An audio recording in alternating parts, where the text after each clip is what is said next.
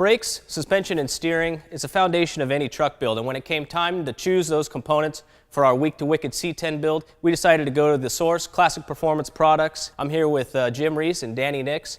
Jim, why don't you tell us a little bit about what we got here? Well, we've got a complete suspension package, front to rear. We have brakes, we have a rear end, we have steering column, steering box, really everything bumper to bumper to lower and improve the steering, brakes, and suspension on this old C10. Jim, that sounds great.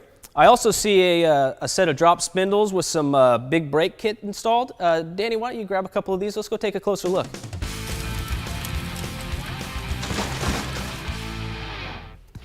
Danny, it looks like we've got all the CPP brake components laid out here in front of us. Why don't you walk me through everything and tell me a little bit about it? All right, well, to start with, we have the CPP Hydrastop master cylinder and hydraulic booster. It's going to go up on the firewall, connects to the pedal in its original mounting spot.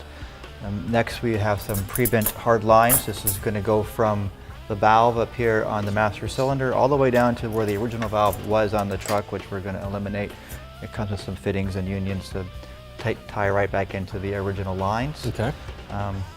We have 13-inch front rotors. These are on a 2.5-inch drop modular spindle. Lets us change out the brake kit pretty easy. Got the 13-inch brake for the front, 12-inch brake for the rear. It has a parking brake built into the caliper. We supply a new parking brake cable set that's going to connect to the original cables up underneath the truck about where the cab was, and that's going to run back all the way to the calipers. We have some nice little clamp pieces to go on the axle, hold the hose. It's going to connect to the rear axle hard line. It's going to run down the axle left to right side.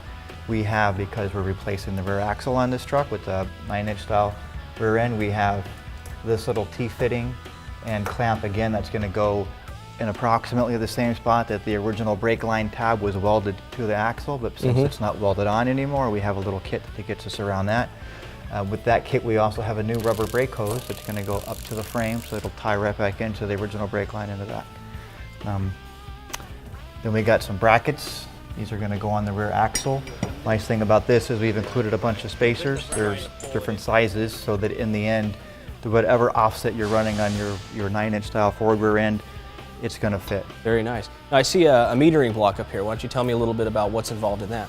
So this is our stop block kit, and what you have is the front and the rear lines coming in. It has an option for a brake light switch. Okay. We're going to remove this and use the original switch under the dash when we get done with the installation. And then we have an adjustable proportioning valve for the rear brake, and this obviously lets us adjust the brake balance a little bit more. We want to fine tune it for maybe you got a bigger size tire or something and it's just not quite right. We can adjust the brake balance right there.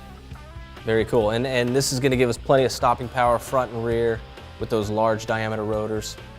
Yeah, we sized all of this really coming from an OE application. The vehicle weighed 8,000 pounds. It had a 7,000 pound towing capacity. That's a lot of tonnage there. A lot more than we're going to have in this little short bed. These brakes, they're not going to give up. You're gonna absolutely love what you get.